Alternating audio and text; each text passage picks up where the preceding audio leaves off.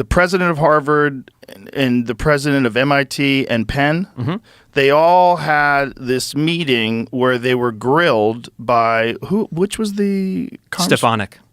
Yes. Who grilled them about using anti-Jewish hate, and is that hate speech, to say death to the Jews.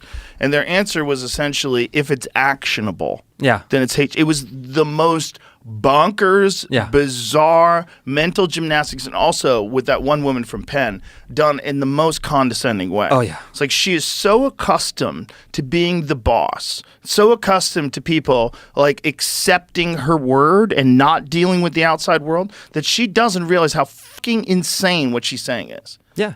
The question was, if students were calling for the genocide of Jews, would that violate Harvard's policy? Yes. And the answer from Claudine Gay, the former president, was, it depends on the context. It's like, I mean, and so that is a moment where things that had been obscure, especially for people on the center left, suddenly became clear. Yes. And so this caused all sorts of chaos, predictably.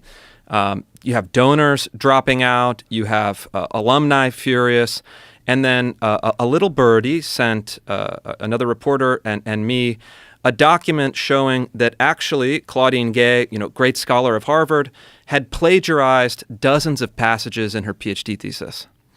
And so in this context of this big fight, you get a document like this and you say, this actually reveals the heart of this conflict. And so published it. Obviously, it causes a huge firestorm. But the question is the same. It's to say to Harvard, okay, DEI is the de facto highest principle of the university now. That's clear.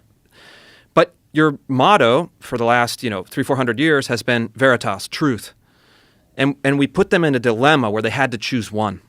You either choose DEI or you choose truth. Which one are you going to sacrifice? And I think as a country, the reason that story drove so much attention is because that's where we are politically, that's where we are on policy, that's where companies find themselves. Where are we going? What are our values? And we have this competing set of values.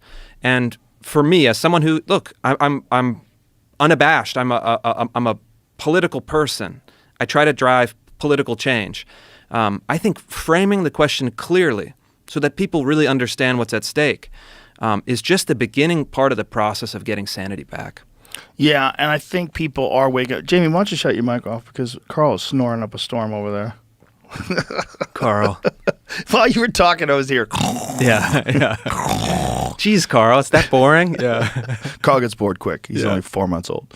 But the curious thing to me was that most people, until they saw those videos, weren't aware of how far it had gone, and then they're like, okay, now I kind of get it. And there's been a very, very big reaction since then of people realizing how insane everything has gotten.